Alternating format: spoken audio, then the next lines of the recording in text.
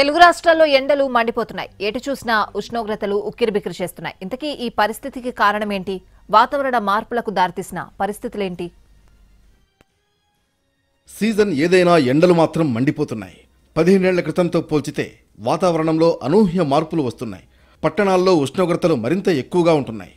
అయితే దీనికి కారణం లేకపోలేదు. అభివృద్ధి వైపు అడుగులు వేస్తున్న మనం ప్రకృతిని పట్టించుకోవడం లేదు. దీంతో ప్రకృతి ప్రకోపాన్ని ఎదుర్కోక తప్పని పరిస్థితి ఎదురవుతోంది.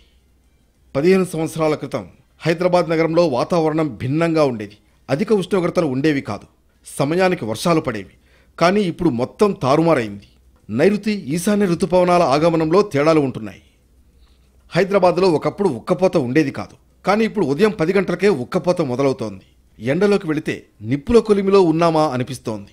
హైదరాబాద్ కాంక్రీట్ జంగిల్గా మారిపోవడమే ఈ పరిస్థితికి కారణం.